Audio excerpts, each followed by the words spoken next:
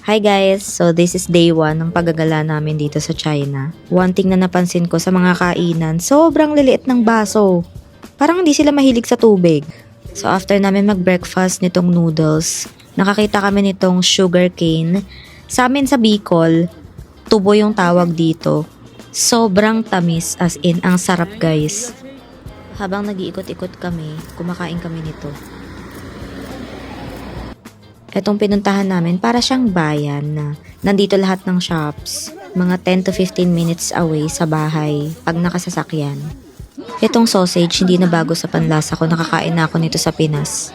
So ayan yung itsura ng mga bilihan ng damit. Pangalawang beses ko na nakakita ng aso dito, sobrang cute, pagala-gala lang. Parang walang may-ari.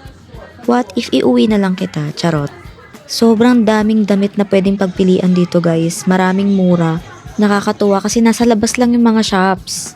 Ikaw na lang talaga mapapagod.